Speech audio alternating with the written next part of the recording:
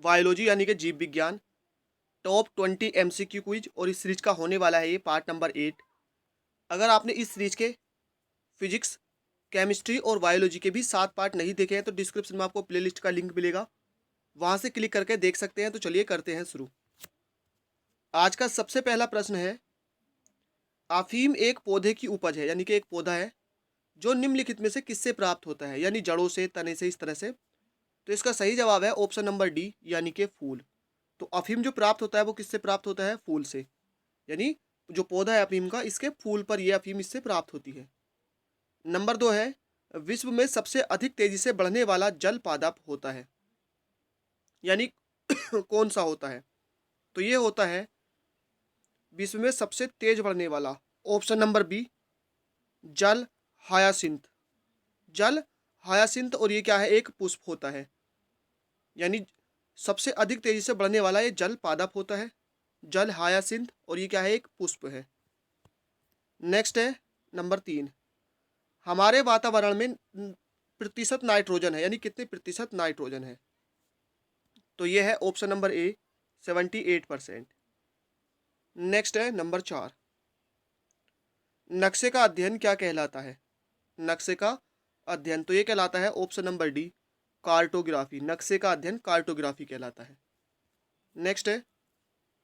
Next है number 5, नारियल में खाने योग्य भाग होता है, यानी कौन सा ऐसा भाग है जो नारियल में खाया जाता है?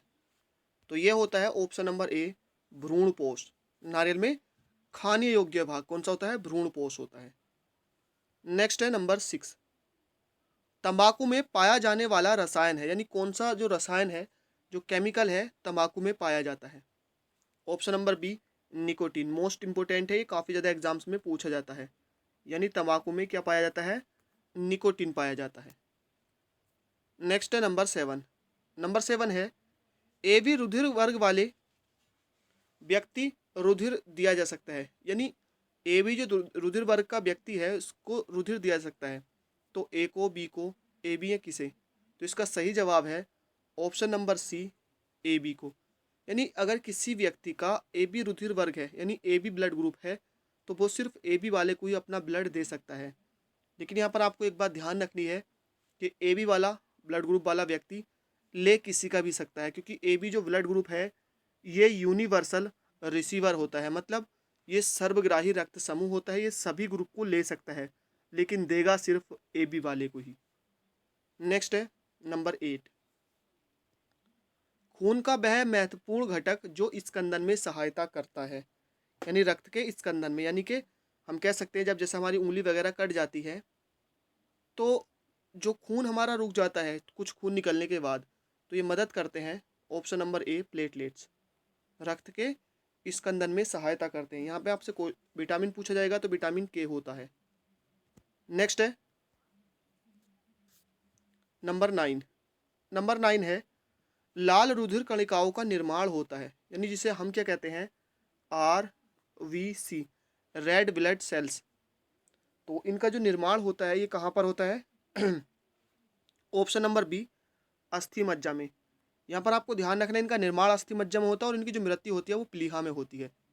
यहाँ से क्वेश्चन आपसे ये भी पूछा जाता है कि आरबीसी यानी कि लाल रुधिर कणिका, लाल रक्त कणिका का जो शमशान होता है, कब्रिस्तान होता है या कब्रगाह कहलाता है, किसे कहा जाता है? प्लीहा को। निर्माण होता है इनका अस्थि मज्जा में और इनका जीवन काल 120 दिन होता है। नंबर 10 है, हीमोग्लोबिन में क्या पाया जाता है? देखिए आपको ध्यान रखना है कि रक्त का रंग लाल होता है, किसके कारण? हीमोग्लोबिन।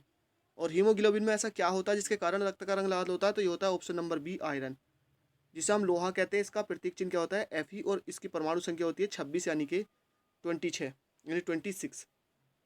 नेक्स्ट चलते हैं नंबर 11 की तरफ। क्वेश्चन नंबर 11 है, रक्त को जमाने में कौन सा प्रोटीन उपयोग में आता है? रक्त को जमाने में, तो यह है ऑप्शन नंबर बी, फाइब्रिनोजोन, यानी फाइब्रिनोजेन। ये रक्त को जमाने वाला, ध्यान रखना आपको प्रोटीन अगर पूछा जाएगा तो। नेक्स्ट है नंबर 12, किसकी उपस्थिति के कारण मानव शरीर में खून नहीं जमता? यानी ऐसा क्या है जिसके कारण मानव शरीर में खून नहीं जमता? आप बाहर निकाल देंगे शरीर के तो खून जम जाता है, लेकिन ये नहीं जमता है ऑप्शन नंबर सी हिपेरिन के कारण। हिपेरिन नामक जो है प्रोटीन होता है खून में, जो रक्त को शरीर में जमने नहीं देता है। नेक्स्ट है नंबर 13। मानव हृदय में प्रकोष्ठों की संख्या होती है, तो ये कितनी होती है? इसका सही जवाब है ऑप्शन नंबर डी 4। तो मानव शरीर में जो प्रकोष्ठ होते हैं वो कितने होते हैं? 4। नंबर 14 है, रक्त समूहों की खोज किसके द्वारा की गई थी? यानी ब्लड ग्रुप की जो खोज की गई थी, ये की गई थी option number a land Steiner के द्वारा। किसके द्वारा? लैंड स्टीनर के द्वारा। नेक्स्ट है नंबर 15। मछलियों के हृदय में कितने कक्ष होते हैं? मछलियों के हृदय में ये होते हैं ऑप्शन नंबर ए 2, यानी मछलियों के हृदय में 2 कक्ष होते हैं। नंबर 16 है, पसीने वाली ग्रंथियां मानव शरीर के किस अंग में मौजूद होती हैं? पसीने वाली ग्रंथियां, तो ये होती हैं ऑप्शन नंबर डी त्वचा में। जो पसीने वाली ग्रंथि होती है, आपने देखा होगा हमारे जो त्वचा के ऊपर को जो हमारे रंध्र होते हैं, इन्हीं में से पसीना निकलकर बाहर आता है। नेक्स्ट चलते हैं क्वेश्चन नंबर 17 की तरफ। 17 है, ट्रेडमिल टेस्ट कौन सी चिकित्सा से संबंधित है? यानी किस पार्ट्स की जो चिकित्सा होती है, तो उससे एक संबंधित जो टेस्ट है वो कौन सा? Treadmill test. तो ये संबंधित है ऑप्शन नंबर ए हृदय, यानी कि हार्ट से। नेक्स्ट है, मूत्र का पीला रंग किसकी उपस्थिति के कारण होता है?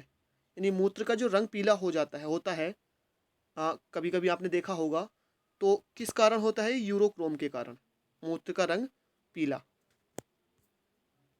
नेक्स्ट है 19। शरीर का कौन सा अंग खून के शुद्धिकरण से संबंधित है?